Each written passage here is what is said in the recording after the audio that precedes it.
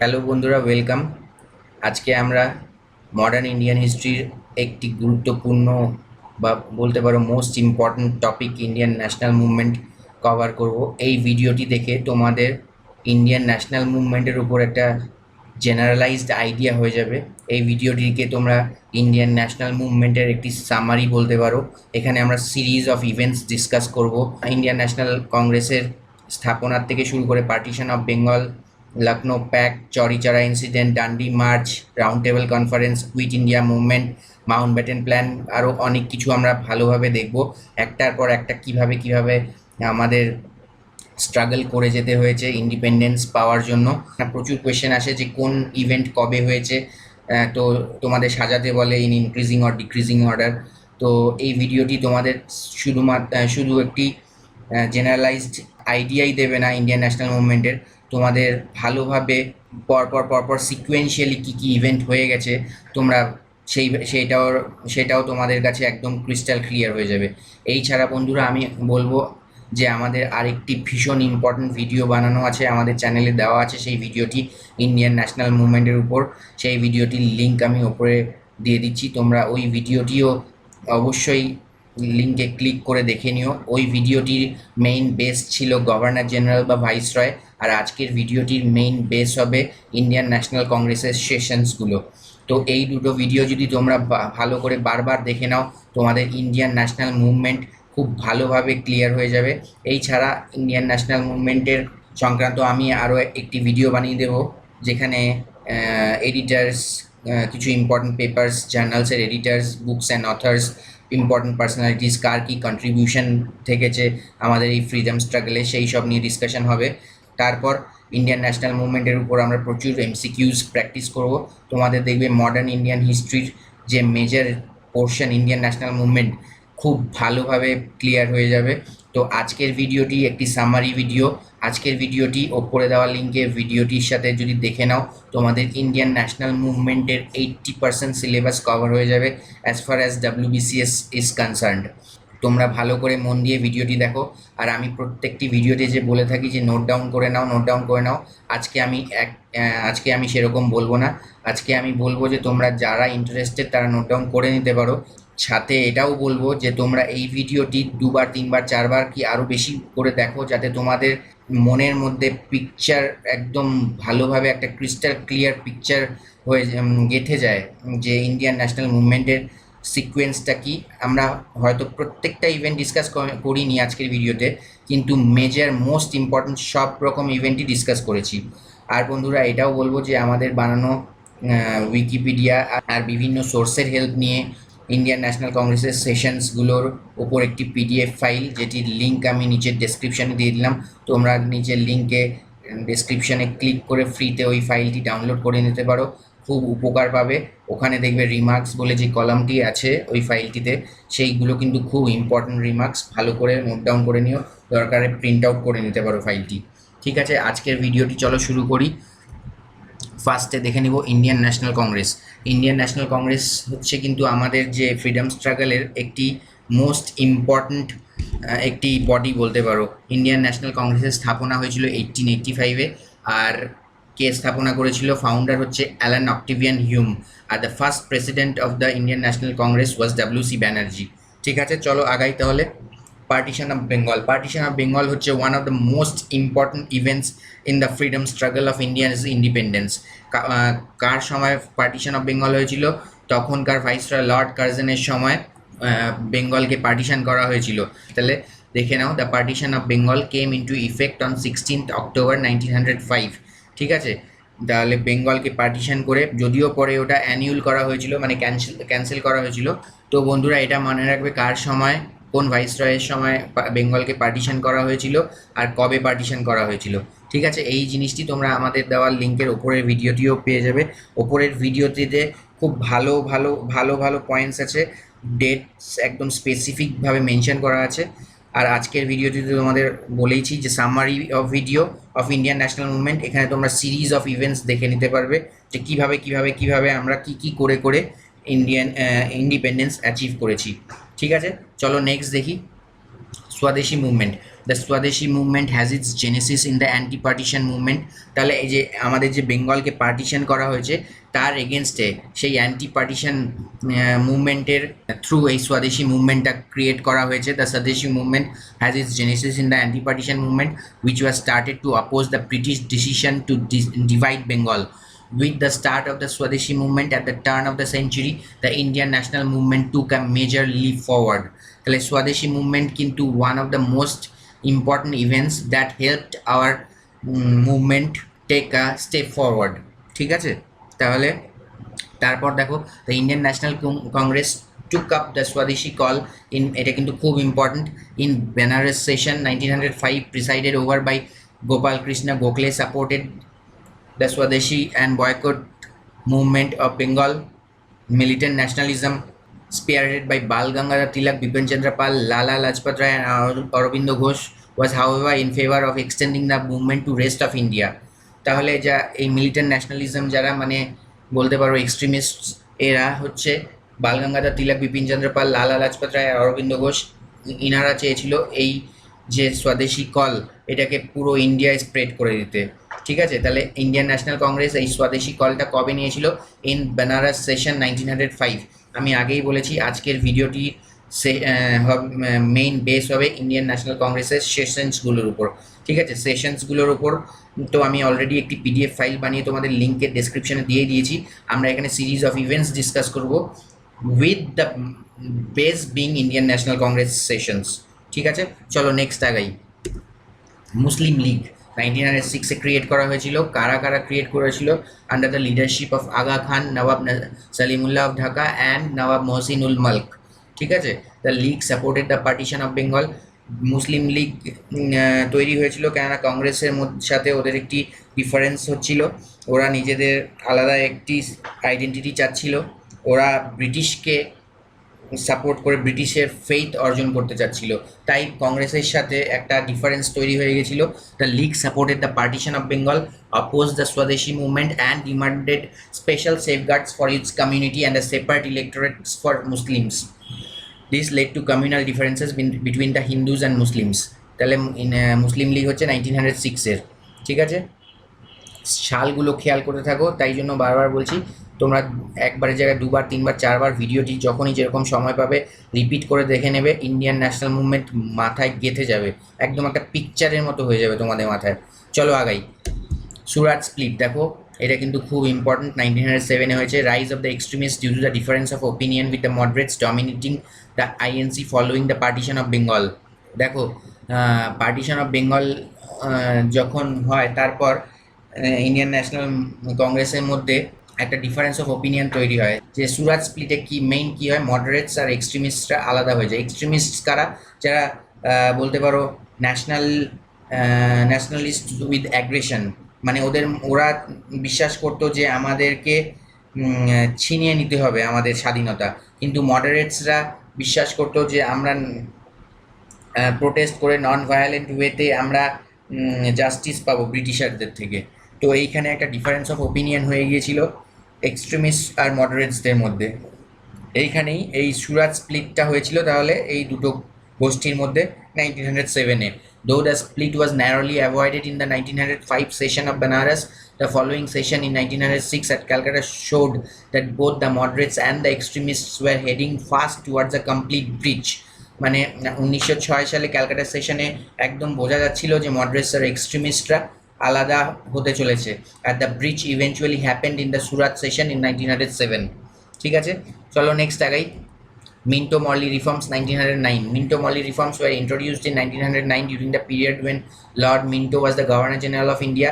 The reforms envisaged a separate electorate for Muslims besides other constitutional measures. তাহলে এখানে দেখো ব্রিটিশাররাও কিন্তু মুসলিমদের সাথে যাতে কংগ্রেসের একটা আলাদা একটা দূরত্ব তৈরি হয় সেই জন্য কিন্তু ওরাও একটা গেম খেলা শুরু করে দিয়েছিল। ওরা মুসলিমদের জন্য কিন্তু সেপারেট ইলেক্টোরেট তৈরি করে ওদের ফেথটা নিয়ে নিচ্ছিল।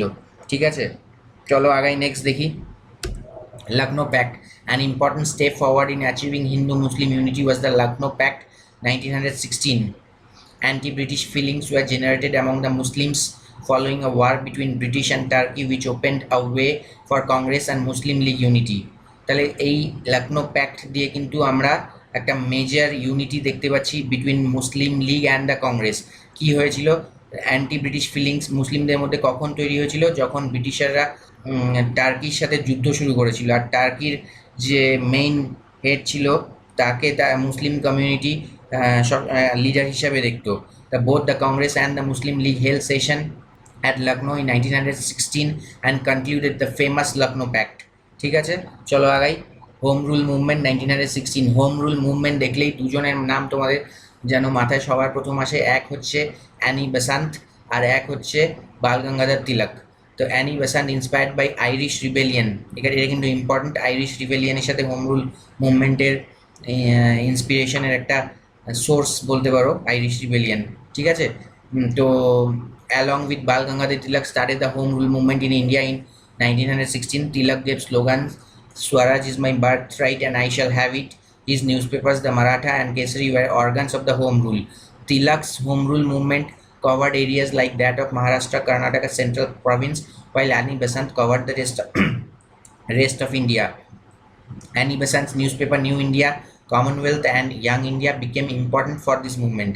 তাহলে এই স্লাইডটা কিন্তু ভীষণ ইম্পর্টেন্ট, তোমরা দেখে নাও যে এই হোম রুল মুভমেন্টের সময় তিলকের মেইন অর্গানস কী ছিল, ওনার নিউজ পেপার্স মারাঠা আর কেসারি হোম রুলের মেইন বলতে পারো একটা বেস ছিল, হ্যাঁ, হোম রুল মুভমেন্টের।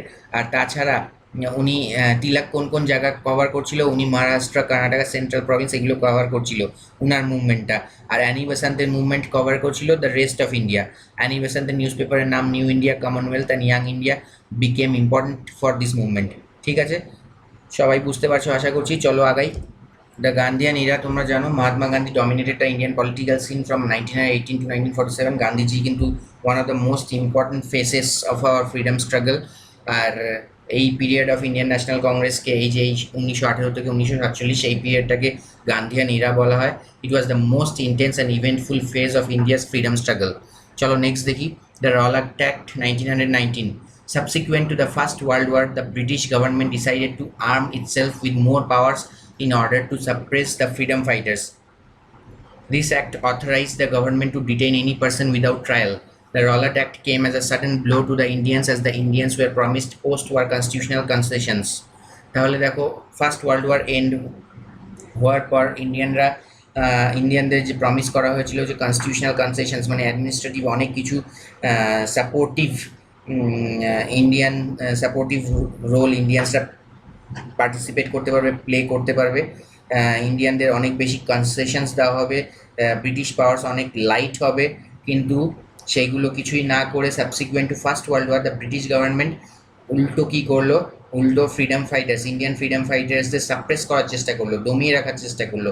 দিস অ্যাক্ট, এই অ্যাক্টটা দ্য রলাট অ্যাক্ট কি বলে, এই অ্যাক্টটা বলে যে কোনো কাউকে যখন তখন গভর্নমেন্ট জেলে পড়তে পারবে, আর কোনো রকম তার জন্য আমরা আর্জিও করতে পারবো না তাকে ছেড়ে দেওয়ার। তো এটা খুবই একটা বড় একটা সাডেন ব্লো বলা যেতে পারে ইন্ডিয়ানসদের জন্য। আর তাই জন্য এই দ্য রলাট অ্যাক্টকে ব্ল্যাক অ্যাক্টও বলা হয়। জালিয়ানওয়ালাবাগ ম্যাসাকের, এটা কিন্তু খুবই একটা ইম্পর্ট্যান্ট একটা ইভেন্ট গোটা ইন্ডিয়ান ন্যাশনাল মুভমেন্টের। এটা কবে হয়েছিল দেখে নাও, এটা 1919 সালে হয়েছিল, এপ্রিলের 13 তারিখ। জালিয়ানওয়ালাবাগ অমৃতসর, পাঞ্জাবে। কি হয়েছিল, ওখানে কিছু মব, ইন্ডিয়ান মব, যাদের হাতে কোনো বন্দুক ছিল না, আনআর্মড ছিল, একটা ওরা প্রোটেস্ট করছিল যে যাতে তাদের লিডার ডক্টর সাইফুদ্দিন কিচলু আর ডক্টর সত্যপালকে ছেড়ে দেওয়া হয়।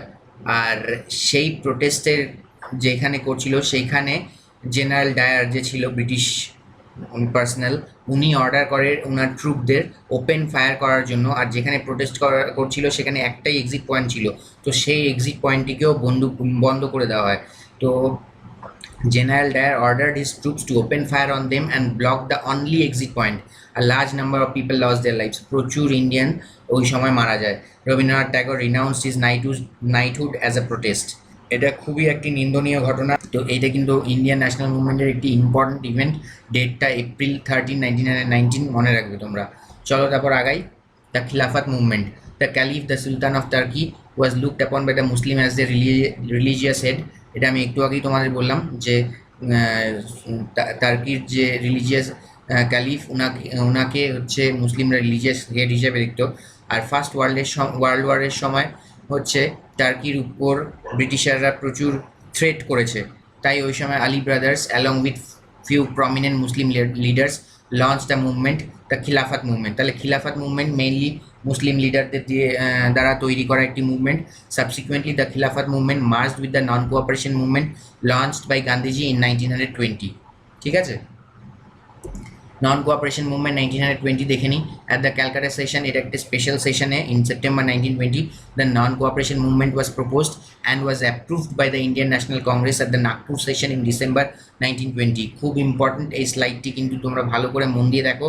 The movement began with Mahatma Gandhi renouncing the titles given by the British, boycott of government courts, schools, colleges and foreign goods, besides popularizing Swadeshi goods and Khadi were some of the special features of the non-cooperation movement। ঠিক আছে, তাহলে ব্রিটিশারদের সব রকম ইনস্টিটিউশনসকে boycott করা আর স্বদেশি গুডকে popular করা আর খাদিকেও popular করা হচ্ছে কিছু ইম্পর্টেন্ট ফিচার্স ছিল নন কোঅপারেশন মুভমেন্টের। আর নন কোঅপারেশন মুভমেন্টকে প্রপোজ করা হয়েছিল ক্যালকাটা সেশন, স্পেশাল সেশন ছিল সেটি, আর অ্যাপ্রুভ করা হয়েছিল সাবসিকুয়েন্ট নাগপুর সেশন ওই একই বছরে। ঠিক আছে, চলো নেক্সট পয়েন্টে যাই। চৌরি চৌরা incident 1922। The Congress session held at Ahmedabad in 1921 decided to launch a civil disobedience movement while retaining its stand on the non-violent non-cooperation movement of which Gandhiji was appointed as the leader. Before Gandhiji could launch the civil disobedience movement, a mob of countrymen at Chowri Chowra near Gorakhpur clashed with the police and killed 22 policemen on February 5, 1922. This compelled Gandhiji to withdraw the non-cooperation movement on February 12, 1922 at Bardoli. তাহলে কী হয়েছিল দেখো, Congress session held at Ahmedabad 1921-এ Gandhiji civil disobedience movement launch করার কথা ভেবেছিল, কিন্তু এই মুভমেন্টটা লঞ্চ করার আগেই কিছু ইন্ডিয়ানস চৌরি চৌরাতে, গোরখপুরের কাছাকাছি একটি জায়গা, সেখানে কিছু পুলিশের উপর অ্যাটাক করে 22 জন পুলিশকে মেরে ফেলেছিল। আর তোমরা সকলেই জানো যে গান্ধীজি নন ভায়োলেন্ট পথে বিশ্বাসী, তো উনি যখন এই ঘটনা জানতে পারে তখন উনি ওনার যে নন কোঅপারেশন মুভমেন্টকে উইথড্র করে নেয়। কবে? ফেব্রুয়ারি 12, 1922 সালে। Simon Commission 1927. The Simon Commission, composed of 7 British members of Parliament in 1927 with Sir John Simon as its chairman. তাহলে সাইমন কমিশনে কয়জন মেম্বার্স ছিল সেটা দেখে নাও। এখানে একজনও ইন্ডিয়ানকে রাখা হয়নি। It was an all-white commission. This commission was sent 2 years earlier as per the 10-year review period suggested during Government of India Reforms Act of 1919. মানে সাইমন কমিশন 1929 সালে আসার কথা ছিল, 2 বছর আগেই 1927 সালে পাঠিয়ে দেওয়া হয়েছে। ওই সময় ব্রিটিশারদের মধ্যে কিছু ভয়ও ছিল, তো ওরা তড়িঘড়ি করে আগেই সাইমন কমিশনকে পাঠিয়ে দিয়েছে। Violating the Indian reforms act of 1919, যেটা বলতো যে 10 বছর পর রিভিউয়ের জন্য কমিশন তৈরি করা হবে। The members war greeted with black flags and hostile demonstration everywhere it went. এখানে যেহেতু কোনো ইন্ডিয়ানকে মেম্বার হিসাবে ইনক্লুড করা হয়নি, তো এটা ইন্ডিয়ানসদের মধ্যে একটি ইনসাল্টিং ফিলিং ঢুকিয়েছিল। তো সেই জন্য যেখানে এই সাইমন কমিশন গেছে সেখানেই ইন্ডিয়ানসরা ব্ল্যাক ফ্ল্যাগ দিয়ে গ্রিট করেছে ওনাদের। Next, দেখো civil disobedience movement 1930. The Indian National Congress authorized Gandhiji to start the civil disobedience movement. Gandhiji issued an 11-point ultimatum to Lord Irwin for administrative reforms. তাহলে এখানে Gandhiji civil disobedience movement launch করার সময় 11টা পয়েন্টের ultimatum দিয়েছিল Lord আরউইনকে। তারপর গান্ধীজি 41 দিন অপেক্ষা করার পর, এই 11 পয়েন্ট আলটিমেটামের জবাবে অপেক্ষা করার পর গান্ধীজি ডিসাইড করে to inaugurate the civil disobedience movement by violating the salt law. চলো দেখি সল্ট ল কি। ডান্ডি মার্চকে সল্ট সত্যাগ্রহ বলা হয়। সল্ট ল আসলে কী ছিল, যে ব্রিটিশাররা জানতো যে সল্ট একটি ইম্পর্ট্যান্ট প্রয়োজনীয় নেসেসিটি, সবার খাওয়ার প্রয়োজনে একটা ইম্পর্ট্যান্ট ফ্যাক্টর সল্ট, আর এটার উপর ট্যাক্স ইম্পোজ করে দিয়েছিল ব্রিটিশাররা। তো on 12th March 1930, Gandhiji started the historic march from his Sabarmati ashram with 78 followers. On April 6, after marching over 240 miles, Gandhiji broke the salt law by picking up a handful of salt at Dandi. তাহলে এই salt ল break করার জন্য Gandhiji 12 March 1930 সালে নিজের সাবরমতী আশ্রম থেকে 78 জন ফলোয়ারের সাথে 240 মাইলেরও বেশি হেঁটে এপ্রিলের 6 তারিখ 1930 সালে ডান্ডিতে পৌঁছে হ্যান্ডফুল অফ সল্ট পিক করে সল্ট লকটাকে ব্রেক করেছিল।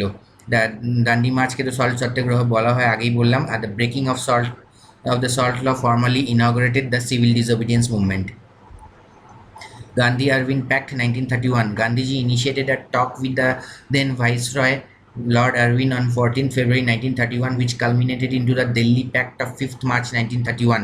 The pact was popularly called the Gandhi-Irvine Pact. তাহলে দিল্লি প্যাক্টকে popularly Gandhi-Irvine Pact বলা হয়। This pact was largely due to the efforts of moderate statesmen including the likes of তেজ Bahadur Sapru, Srinivasa Sastri and M.R. Jayakar. ঠিক আছে, তাহলে এই প্যাক্টটা গান্ধীজি আর ব্রিটিশারদের মধ্যে যাতে হয় তার জন্য মেইন রোল কারা প্লে করেছিল? Tej Bahadur Sapru, Srinivasa Sastri and M.R. Jayakar. According to the pact, the Congress agreed to join the second round table conference, and on behalf of the Congress, Gandhiji agreed to discontinue the civil disobedience movement. চলো, আশা করছি এতদূর তোমাদের clear, তোমাদের ভালো লাগছে। চলো next point দেখি। Round table কনফারেন্সের ব্যাপারে একটু জেনে নিই। 3টে রাউন্ড টেবিল কনফারেন্স হয়েছিল। রাউন্ড টেবিল কনফারেন্স কাদের মধ্যে? ইন্ডিয়ানসদের মধ্যে আর ব্রিটিশারদের মধ্যে। তাহলে ফার্স্ট রাউন্ড টেবিল কনফারেন্সের ব্যাপারে দেখি। This was the first ever conference arranged between the British and the Indians as equals. The Congress did not participate in the first round table conference. The round table conference was convened from 12 November 1930। তাহলে কোন round table conference কবে হয়েছিল আর কে participate করেছিল এগুলো কিন্তু খুব important. এখানে বোঝানোর বিশেষ কিছু নেই, তোমরা দেখে নাও, ভালো করে মন দিয়ে দেখে নাও। সেকেন্ড রাউন্ড টেবিল কনফারেন্স কি? সেকেন্ড রাউন্ড টেবিল কনফারেন্স কবে হয়েছিল? During 1931।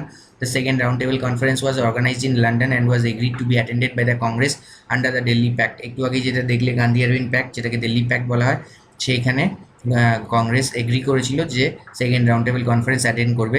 The round table conference was attended by Mahatma Gandhi also. আর কিন্তু এখানেও কোনো ফ্রুটফুল কোনো সলিউশন বের হয়নি ইন্ডিয়ানসদের আর ব্রিটিশারদের মধ্যে।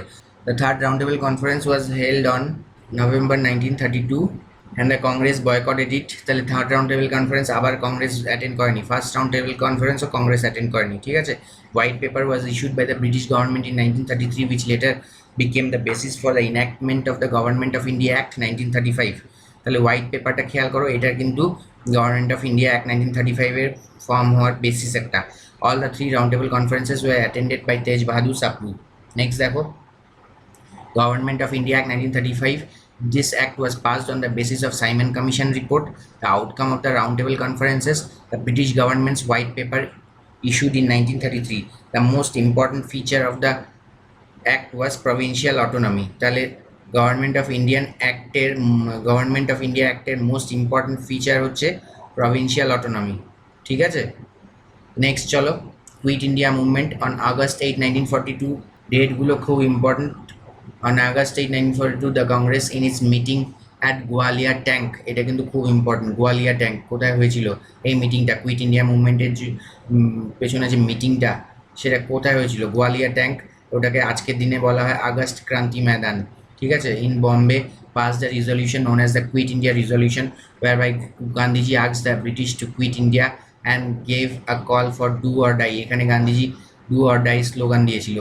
It was the last and the most important mass movement of the freedom struggle, launched with the objective of complete emancipation of India.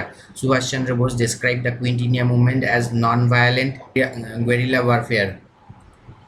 Cabinet Mission Plan 1946. The struggle for freedom entered a decisive phase in the year 1945-46. The British Prime Minister Mr. Attlee announced about the mission and the plan to quit India. তাহলে দেখো, cabinet mission প্ল্যানের সময় British prime minister mister Attlee announce করেছিল ওনার plan to quit India. The cabinet mission constituted of, দেখো এটা কিন্তু খুব ইম্পর্টেন্ট পয়েন্ট, যে কে ক্যাবিনেট মিশনে ছিল? Patrick Lawrence, sir Stafford Cripps আর A.V. Alexander, and reached Delhi on March 1946. Both the Congress and the Muslim accepted the plan. Next দেখো, interim government 1946. On September 2, 1946, an interim government was formed under the leadership of Pandit Jawaharlal Nehru. The Muslim League did not join it as it withdrew its earlier acceptance of the cabinet mission plan. তাহলে 1946 interim government form করা হয়েছিল under leadership of পন্ডিত জওয়াহরলাল নেহরু, আর মুসলিম লীগ যেটা cabinet mission plan আগে accept করেছিল সেটা উইথড্রিউ করে নিয়েছিল আর interim গভর্নমেন্টকে জয়েন করেনি। জিন্না ওই সময় খুব ভয় পেয়ে গেছিলো ইলেকশন রেজাল্ট দেখে, যেখানে কংগ্রেস কংগ্রেস বিরাটভাবে একটি মেজরিটি নিয়ে জিতেছিল, আর ভেবেছিল যে মুসলিম লীগ ওয়াজ ইন ডেঞ্জার, যে কনস্টিটিউয়েন্ট অ্যাসেম্বলিতে মুসলিম লীগের কোনো জায়গায় করতে পারবে না, তাই ওরা গভর্নমেন্টে জয়েন না করে একটা ডাইরেক্ট অ্যাকশন রেজলিউশন নিয়েছিল, যেটাকে জিন্নাস ডাইরেক্ট অ্যাকশন রেজলিউশন বলা হয়, which condemned both the British government and the Congress. Finally, Lord Wavell persuaded the League to join the interim government in October 1946. ঠিক আছে, Constituent Assembly 1946. The election of the Constituent Assembly was held in July 1946. The Congress won it with majority winning 201 of the total 292 allotted seats. The Muslim League won 73 seats and few other parties won the rest of the seats. তাহলে 1946-এর election সময় constituent অ্যাসেম্বলিতে কংগ্রেস 201টা seat জিতেছিল out of the 292 allotted seats. The constituent assembly met for the first time on 9 December 1946। তাহলে 9 December যে 1946-এ constituent assembly first time meet করেছিল। হ্যাঁ, কনস্টিটিউয়েন্ট অ্যাসেম্বলি, এইটা তোমরা এই পয়েন্টে কিন্তু তোমরা ইন্ডিয়ান পলিটির তেও পাবে, এটা কিন্তু ইন্ডিয়ান পলিটিরও একটি কোয়েশ্চেন। ঠিক আছে, আর doctor Rajendra Prasad 11 December 1946-এ permanent president হয়েছিল, আর ওই 2 দিনের জন্য 9th থেকে 11th যে ডিসেম্বর এই 2 দিনের জন্য টেম্পোরারি চেয়ারম্যান ছিল সচিদানন্দ সিনহা। ঠিক আছে, নেক্সট পয়েন্ট চলো দেখি। Mountbatten Plan 1947. Lord Mountbatten replaced Lord Wavell as Viceroy of India in March 1947. According to Mountbatten, the partition of India and subsequent creation of Pakistan was appearing inevitable. Lord Mountbatten India এসে দেখলো যে ইন্ডিয়ার partition inevitable, মানে unavoidable, মানে উনি এসেই বুঝে গেছিলো যে ইন্ডিয়াকে ভাগ করতেই হবে। On 3rd June 1947, the plan of partition was put forward by Lord Mountbatten. The famous Mountbatten plan was ultimately agreed upon by the Congress and the Muslim League. ঠিক আছে, এই প্ল্যানটা কংগ্রেস আর মুসলিম লীগ এই পার্টিশনের ব্যাপারে 3rd June 1947 ডেটটা দেখে নাও, খুব ইম্পর্টেন্ট। তাহলে কংগ্রেস আর মুসলিম লীগ দুটোই মাউন্টব্যাটেন প্ল্যানকে এগ্রি করে নিয়েছিল। ঠিক আছে, দ্য ইন্ডিয়ান ইন্ডিপেন্ডেন্স অ্যাক্ট 1947। তাহলে আমরা কনক্লুডিং স্লাইডে চলে এসেছি। The bill containing the provisions of the Mountbatten Plan of June 3, 1947 was introduced in the British Parliament, and henceforth the Indian Independence Act 1947 was passed. তাহলে মাউন্টব্যাটেন যে প্ল্যানটা June 3, 1947-এর, ওটা British পার্লামেন্টে ইন্ট্রোডিউস করার পর ইন্ডিয়ান ইন্ডিপেন্ডেন্স অ্যাক্ট 1947 পাস হয়ে যায়। ঠিক আছে, the act laid down detailed measures for the partition of India and speedy transfer of political powers to the new government of India and Pakistan. The act made India and Pakistan independent dominions. তাহলে the Indian independence act 1947 India আর পাকিস্তানকে দুটো আলাদা আলাদা independent dominion হিসেবে ঘোষণা করে। ঠিক আছে, Lord Mountbatten was appointed as the first governor general of free India and M.A. Jinnah the first governor general of Pakistan. তো বন্ধুরা, আশা করছি তোমাদের ভিডিওটি কাজে লাগবে। তোমরা যেরকম আমি আগেই বলেছি, ওপরে দেওয়ার লিঙ্কে ক্লিক করে আমাদের যে আরেকটি খুব ইম্পর্টেন্ট ভিডিও বানানো আছে সেই ভিডিওটি দেখে নাও। আর এই ভিডিওটির সাথে যখন তোমরা দুটো ভিডিও দেখা হয়ে যাবে, দেখবে তোমাদের ইন্ডিয়ান ন্যাশনাল মুভমেন্ট 80% কভার হয়ে গেছে। তারপর আমি এক দুটো আরও ছোটো ছোটো ভিডিও বানিয়ে দেবো, সাথে আমরা MCQ প্র্যাকটিস করবো। দেখবে মডার্ন ইন্ডিয়ান হিস্ট্রি খুব ভালো করে হয়ে গেছে। ঠিক আছে, তো নিচে দেওয়ার লিঙ্কেও তো তোমরা PDF-টি ডাউনলোড করে নাও ইন্ডিয়ান ন্যাশনাল কংগ্রেসের সেশনসের উপর। তোমাদেরকে এটাই বলবো যে এইসব ভিডিও বানাতে প্রচুর সময় লাগে, প্রচুর পরিশ্রম করতে হয়, অনেক বিভিন্ন সোর্স ঘাঁটতে হয়। তোমাদের সামনে যাতে আমি বেস্ট জিনিস প্রেজেন্ট করতে পারি, তো তাই বলবো তোমাদেরকে, যে অনুরোধ করব যে ভিডিওটি ভালো লেগে থাকলে অবশ্যই তোমরা লাইক করো। আর নতুন ভিউয়ার্সদের কাছে অনুরোধ করব যে তোমরা এখনও যদি সাবস্ক্রাইব করোনি আমাদের চ্যানেলকে, WBCS-এর প্রিপারেশনের জন্য কিন্তু আমাদের চ্যানেল খুবই ইম্পর্টেন্ট রোল প্লে করবে ফিউচারে। তো তাই তোমাদেরকে বলবো যে আমাদের চ্যানেলকে সাবস্ক্রাইব করো আর বেল আইকন প্রেস করে রাখো, যাতে আমাদের ইনস্ট্যান্ট নোটিফিকেশান পেতে থাকো। ঠিক আছে, প্লেলিস্টও ভিজিট করো, প্লেলিস্টের লিঙ্ক নিচে দেওয়া আছে, সবাই প্লেলিস্ট ভিজিট করো। প্লেলিস্ট ভিজিট করলে দেখবে আমাদের চ্যানেলে অলরেডি অনেক ইম্পর্ট্যান্ট ভিডিওস আপলোড করা হয়ে গেছে, আর আমরা সারা বছর তোমাদের জন্য প্রচুর ইম্পর্ট্যান্ট ভিডিওস নিয়ে আসবো WBCS এর জন্য।